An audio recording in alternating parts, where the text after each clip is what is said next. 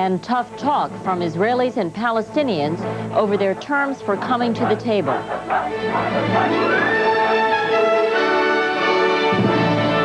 This is the CBS Evening News. Connie Chung reporting.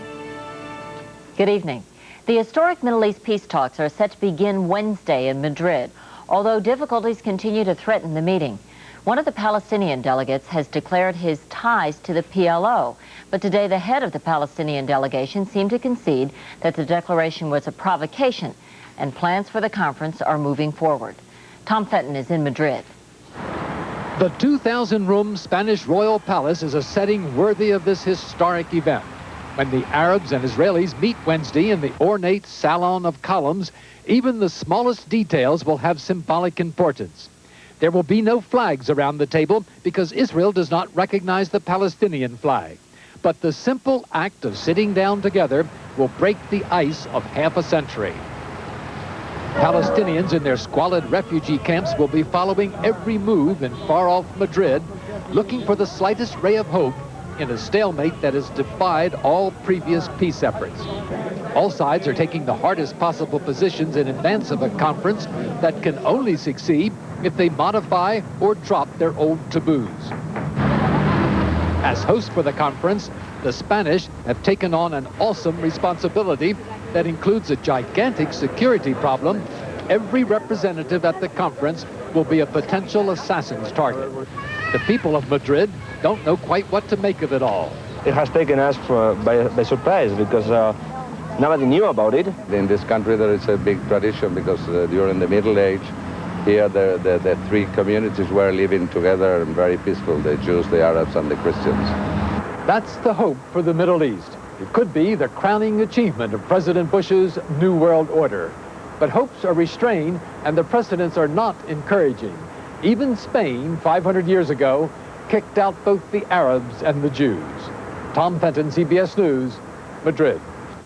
There was another snag today that could derail the talks. Not a new issue, as Bert Quint reports. The PLO threatened today to pull Palestinian delegates out of the peace talks unless Israel stops building settlements in the occupied territories.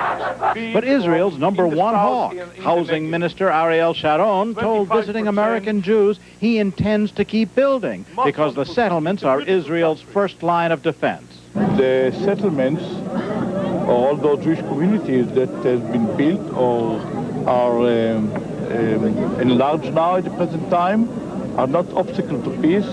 They are the main obstacles against war. But this is where the Palestinians hope to build their homeland. And even with the settlement drive, there still are only about 100,000 Jews here, living among 1.75 million Arabs. Technically, the PLO isn't even involved in the Madrid conference. Israel refuses to deal with it, but it obviously picked the Palestinian delegates and intends to give them orders from behind the scenes. The Israelis know they could sabotage the conference by persuasion or by terror. If Yasser Arafat decides to use that terror weapon against Palestinians, he will make the negotiations very difficult and maybe impossible. Not to be outdone in the threat department, the Israelis warned they'll walk out of the conference if the Palestinian delegates declare publicly in Madrid that they take orders from the PLO. Bert Quint, CBS News, Tel Aviv. Our State Department correspondent Bill Plant is with us now with more on the peace conference, the reasons behind why these countries are meeting face-to-face for the first time in more than 40 years. Bill? Connie, the amazing thing about the Middle East Peace Conference is that it's happening at all. Only the end of the Cold War and the outcome of the Gulf War made this Madrid meeting possible. And even then, it took Secretary of State Baker and the administration 8 months of cajoling and shuttle diplomacy to get Israel, Syria, Jordan, Lebanon, and the Palestinians to agree to sit down together. The parties are coming to the table, not so much because they want to make peace with each other, say yes to each other, but because they don't want to say no to the United States. There's a lot to talk about. Ending the state of war between Syria and Israel, a secure border between Israel and Lebanon, and eventually about normal relations between Israel and all the Arab states of the region. But this time the mood is the opposite of 1977, when Egypt's President Anwar Sadat showed his goodwill by coming to Jerusalem. He made the real offer of peace which generated a response in Israel that led the Israelis to offer the return of all of the Sinai. Now there's less incentive for Israel to give up the rest of the territory it captured in 1967, but more pressure. The U.S. has held up $10 billion in loan guarantees to resettle Soviet Jews and has made it plain that it wants a freeze on Israeli settlements in the occupied territories. It has been the consistent policy of this administration that settlements are an obstacle to peace. Then there's the Palestinian question. As the U.S. keeps insisting, the Palestinians, of all the players at the table, may have the most to gain. It's a terribly important moment symbolically and politically and culturally, because we have been a suppressed voice for long. And it's one area where most observers believe the Israelis may be ready to make concessions. I think there is a considerable chance that some of the meaner aspects of the occupation will, in time, lessen. Beyond that, the idea of a Palestinian state, self-determination, I think that's still a ways away. The U.S. is counting on the pressures which brought everyone to Madrid in the first place to keep them talking and keep them from walking. Washington also believes that at some point it's going to have to step in and do some pretty heavy lifting if there's ever going to be a deal. Connie? Bill, what happens after this ceremonial part of the meeting? Well, you're right about the ceremony. The first part of the meeting, the first several days, are all talk, a chance for everybody to say whatever they want, and some of it will be inflammatory. But then, if it goes according to plan, they sit down in bilateral talks. Israel talks to the Syrians, Israel talks to the Palestinians and Jordanians, all the way around. That'll be where the negotiations are supposed to start, if they ever get that far. They're supposed to be in Madrid. Not everybody wants them there. Israel would like to move them to the Middle East. Those details still aren't settled, so we'll see. All right. Thank you, Bill Plant. Now, joining us live in Madrid is Middle East expert Fuad Ajami of Johns Hopkins University. Fuad, what can the United States expect out of this conference? Well, Connie, this Madrid conference is a child of the Gulf War. This is an American initiative. This is what the president really has wanted. He won the war. He promised at the end of the war that there would be security for Israel and justice for the Palestinians. He summoned all the players to Madrid, and all of them really were reluctant to come. They now come. And I think for the president, this is really, the president has insisted that the Middle East, he's come to call it, is the last place in the world. That there is this new history, as he says, that's marching on pacifism, disarmament, and that the Middle East is a stubborn place. He now would like to give it a try. All right. Bill Plant just reported that the U.S. insists that the Palestinians have the most to gain. What about the other Arab states? Well, I think the Palestinians have the most to gain. In effect, they had sided throughout the Gulf War with Saddam Hussein, and now they stand in line ready to receive the largesse of George Bush. The Palestinians, though they're the ones we pay most attention to, aren't really the central player in this story. The real story of these negotiations has to do with the relation between Israel and Syria. We talk about negotiations between the Palestinians and the Israelis. They really aren't what war and peace are about. We talk about negotiations between the Lebanese and the Israelis, but really the Lebanese are not a sovereign government and they can't negotiate for themselves. The player that counts is really the Syrian state. And the question of these negotiations, will Syria be today what Egypt was in the 70s? That really is the challenge for President Bush, and that's the hope. Because if the Syrians are taken out of the conflict, then the Middle East will have been changed, and changed for good. But Syria itself can take itself out of the conflict and out of this entire meeting and conference situation. Isn't that true? Well, the Syrians have insisted on things which the Israelis aren't really willing to give. The Syrians have insisted on full withdrawal of Israel from the Golan Heights. This doesn't really seem to be in the cards. The Syrians have insisted on a sphere of influence in Lebanon, and the Israelis aren't reconciled to this. And the Syrians have said that they will not even shake hands with the Israelis, and that even at the end of the day, that they will not participate in the third phase of these negotiations, the multilateral phase that will follow these bilateral negotiations. So stick around. It really is a major risk for the president, but he's really decided to give it a try. He's a winner, and this is his victory lap. He would like to give this Middle East a major initiative. All right. Thank you. Fuad Ajami in Madrid. Thank you. A 7th birthday as a prisoner in Lebanon for American Terry Anderson, the longest-held Western hostage, turned 44. In Kentucky, Anderson's sister, Peggy Say, attended church services in his honor. She said she has good reason to think the hostages will soon be freed and said she expects to have her brother home for Christmas. Still ahead on the CBS Evening News, Republicans and Democrats go another round in the battle over economic policy. And Bill Geist shows us some Halloween decorations that are turning a lot of heads.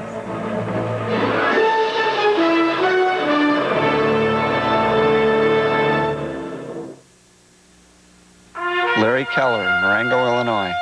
Marguerite Doyle, Atlanta. In every town, you'll find them. Teammates of our Olympic hopefuls. Charlie Vaughan, Slidell, Louisiana. For every time you buy a Kellogg cereal, Kellogg's contributes to our Olympic Hopefuls Fund, a donation up to $1 million. Stella Nellen, Sherman, Texas.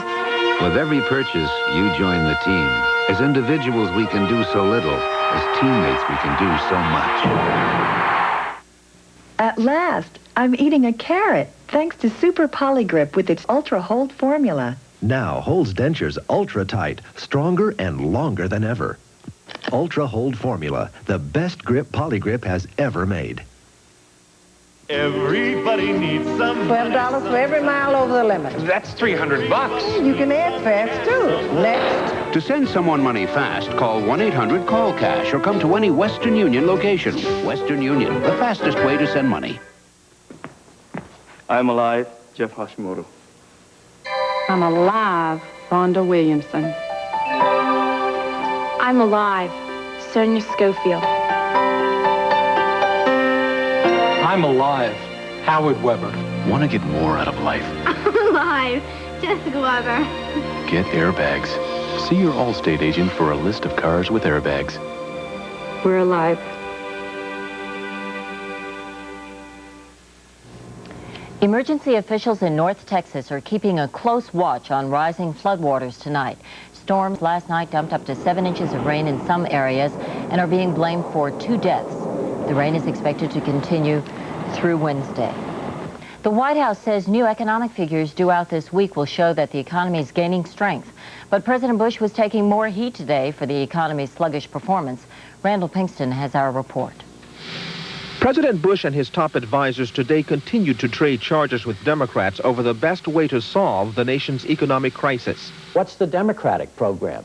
I haven't seen one Democratic suggestion yet that doesn't either bust the budget agreement, which is going to result in higher interest rates and more hardship for Americans. To talk about a tax break, as the president does, for this top bracket, this richest group in the country, while ignoring the pleas and problems of the middle income bracket, is simply not fair. While Democrats insist on a tax cut for the middle class, President Bush says it must not require changing last year's budget agreement.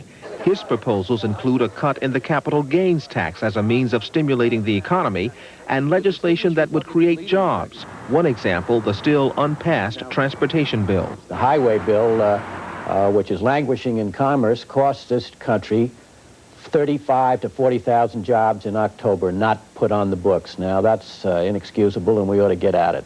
Democrats counter that the administration's expression of concern for the unemployed is belied by the president's veto of 2 unemployment compensation extension bills.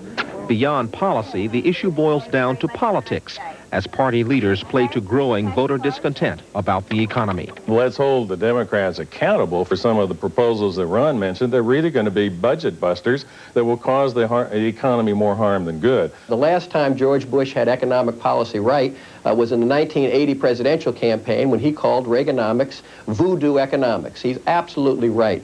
Even though polls show voters losing confidence in the president's ability to handle the economy, in order for Democrats to achieve their objective of defeating George Bush in 1992, voters must be convinced there is a Democrat who can do a better job.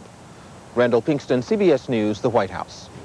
A congressional study out tonight finds that deeper cuts in strategic nuclear arms could lead to a big peace dividend.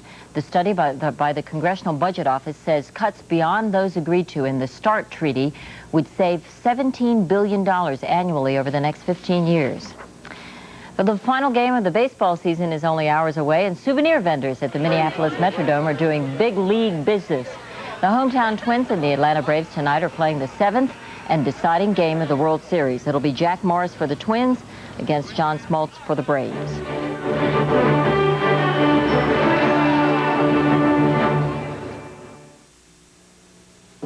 Now it's a lonesome old world when you have to fight it all alone. At Maytag, we still build them to last longer and need fewer repairs. And it's twice as hard to take when I'm sitting all alone. Maytag. All alone. The dependability people. That's life. You guys around next week? Not me. I'm off to State College on Saturday. You're still going? That's great. What about your dad's surgery? The bills and stuff. No problem. He had some extra insurance to help pick up the bills. AFLAC supplemental insurance helps close the gaps in your health insurance, like deductibles and co-payments. AFLAC lets life go right on, and that's the peace of mind you want. AFLAC, insuring over 35 million people worldwide. When I was little, I was always getting caught with my hand in the cookie jar. And I still love sweet things, like Sunsweet pitted prunes. So you see, nothing's changed, except my cookie jar. We bake pearls made of denture material in this blueberry pie to prove how powerfully Efferdent, America's leading denture cleanser, removes this tough stain, even in between. Efferdent, stronger than stains. The Middle East in search of peace. Join Dan Rather in Madrid for this historic summit. Complete coverage begins tomorrow and continues all week on the CBS Evening News. It was 25 years ago this Tuesday that 300 women and men met in Washington to organize a new feminist movement. It was the first meeting of what was to become the National Organization for Women, and there have been plenty of battles between then and now. We ourselves at this moment in history will become perhaps a decisive political historical force. Shout it! For 25 years, demonstrators from NOW have been a familiar sight demanding radical change for women. From the very beginning, the National Organization for Women was founded to take action. But in the wake of the Clarence Thomas hearings and what NOW perceives as its betrayal by Senate Republicans and some Democrats, it's advocating formation of a third party. We are going to use strategies designed to take power, to empower women, to empower women's rights supporters. And that's precisely what worries many women, that NOW's third-party strategy only underlines how out of step NOW is with the mainstream. The issues that NOW tends to be concerned about first and foremost would be abortion, reproductive rights, and they have begun to branch out a little bit. But when you look at women in America today, what they are concerned about first and foremost is the economy. Ma'am, Kay Slaughter, hope you'll consider voting for me. And even for women who agree with NOW's issues, the organization itself often appears too radical. Just ask Kay Slaughter, who's running for Congress in a conservative district in Virginia. We've all had different kinds of rallies around women's issues in our communities at different times, but I'd say we're more working with specific issues, family planning clinics, shelters for abused women. We're focused on projects and on getting things done rather than so much on ideology. And for the Democrats, a third-party strategy that focuses on ideology and not on getting elected seems self-defeating. When our main goal as American women ought to be to retire George Bush and all the policies that come with that, to talk about a third party is to dilute the effort. It's a game. It's a frivolity that we absolutely cannot afford right now. But as it has since its founding, NOW remains defiant. Calling for a new party, moving forward with it, is perhaps today's outsider strategy that will become the way to go. Maybe it won't, but at the very least, it'll shake things up. Despite the arguments, NOW's new direction has not hurt the membership. After suffering declines in the 1980s, the organization is on the rebound and now bigger than ever, with more than 250,000 members.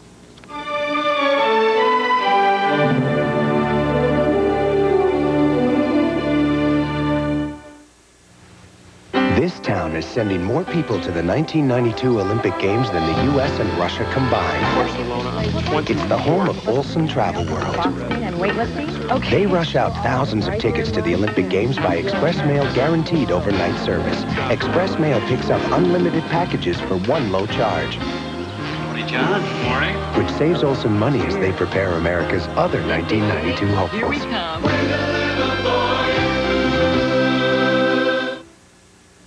Searching for the perfect shave? Let Norelco show you what it's like from the inside. Here, there's a system for a close, comfortable shave that exists in no other razor. Our patented lift and cut system lifts the hair so when it's cut, it can actually drop below skin level without the blades even touching your face. So to look better on the surface, remember, Norelco shaves below the surface.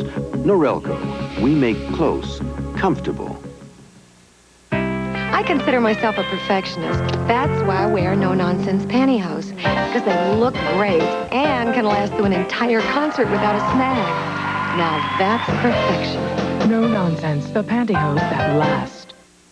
It's Domino's Pizza's Bacon Cheeseburger Pizza Feast. A medium pizza topped with ground beef, bacon, and an extra layer of cheese. Now just $8.99, 2 for $12.99. Nobody knows like Domino's how you like pizza at home.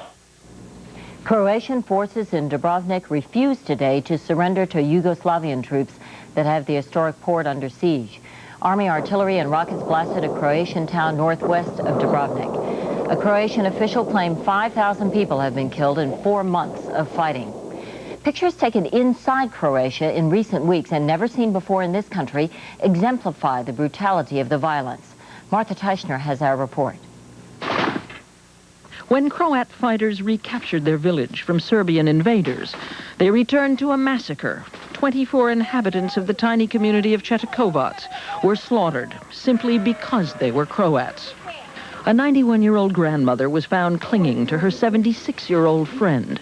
Both were shot in the chest. Milan Butarot said the killers wore masks, but he recognized them as people he had known all his life, from the Serb village just down the road, which used to share a school and a shop with Cetekovac.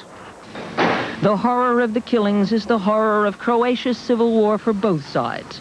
That neighbors, Serbs and Croats who spent a lifetime side by side, have turned on each other irrevocably. Most of these pictures were taken by a Croat from a nearby town, the owner of the local video shop who normally photographs weddings. He was shown the body of Duško Košrog, a 22-year-old policeman who was beaten and then shot in the back. If I find the one who killed my son, if I can catch him, if I'm strong enough, one day I'll make him pay, no matter how long it takes. The Serbs say the Cetekovac massacre was in retaliation for killings by Croats in another village. This spiral of revenge had its origins in the atrocities committed by both sides during World War II. With each funeral, an old wound is reopened, providing its own excuse to fester on for generations to come. Martha Teichner, CBS News, London. Turkmenia in Central Asia today became the latest Soviet republic to declare independence. Only 2 of the remaining 12 Soviet republics have not made the break, Russia and Kazakhstan. The next Prime Minister of Japan will be 72-year-old Kiichi Miyazawa, picked as new party leader in the ruling Liberal Democrats. Parliament next month will formally elect Miyazawa Prime Minister, succeeding Toshiki Kaifu. Few major policy changes are expected.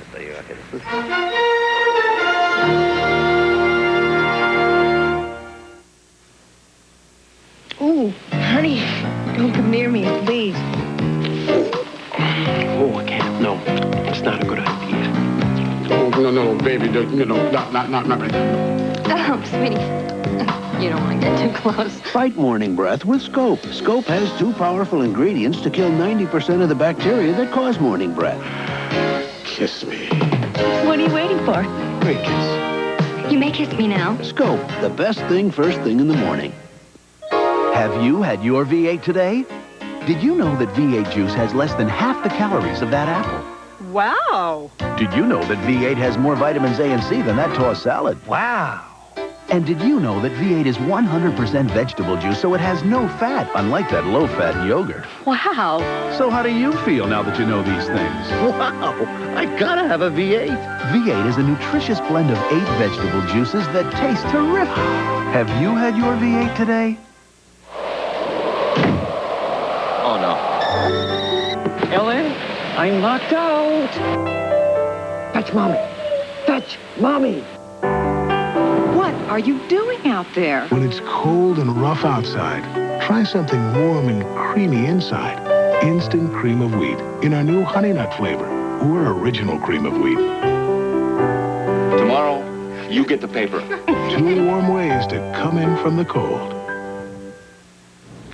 6 lucky winners will share Florida's $88 million lottery jackpot after last night's big drawing. Each winner will take home more than $14 million. But officials say the jackpot was a little smaller than expected because ticket sales slowed down. Finally tonight, Halloween is just 4 days away. It's time to deck the house with all those ghoulish things that give people the creeps. Bill Geist went trick-or-treating and stumbled on some eye-popping decorating ideas.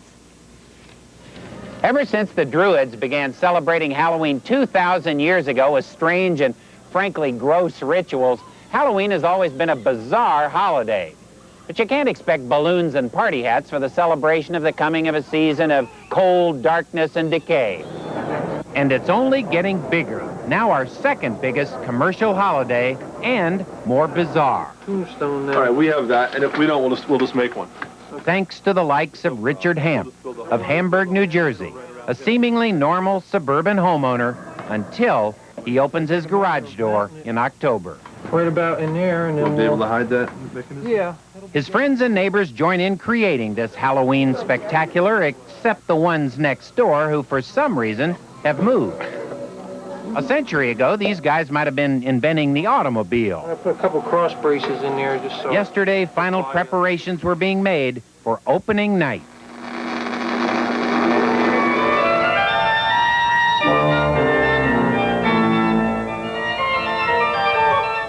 I don't know the meaning of the word moderation.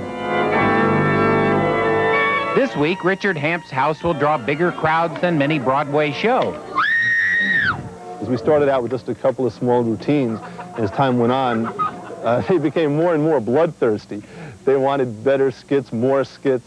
We're happy to accommodate. He plans for months, and he spends thousands of dollars. I get to exercise my creativity all year long. But he doesn't have to buy candy anymore for trick-or-treaters. No kid has ever dared come through all this to Hamp's front door. In these tumultuous times, there is understandable concern about the erosion of values and traditions. Not so with Halloween, which remains in the firm, capable hands of preservationists like Richard Hamp.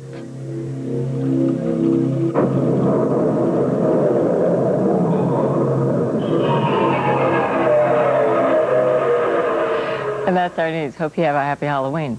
Later tonight, be sure and join Bill Plant with the CBS Sunday Night News. I'm Connie Chung in New York. I'll see you again next Sunday night. Thank you for joining us, and for all of us at CBS News, good night.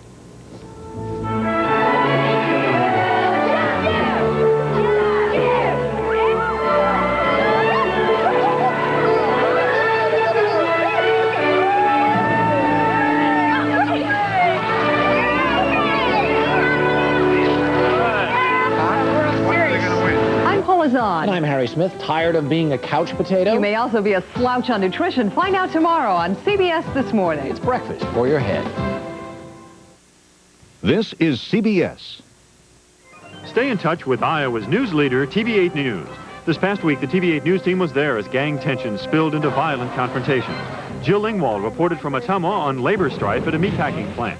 Only TV8 Sports was live via News Star 8 satellite from Iowa City with the Hawks' big win over Illinois. And Todd Megal with an Eye on Your Money report on a new service for renters to check out local apartments, all on videotape. For the very best in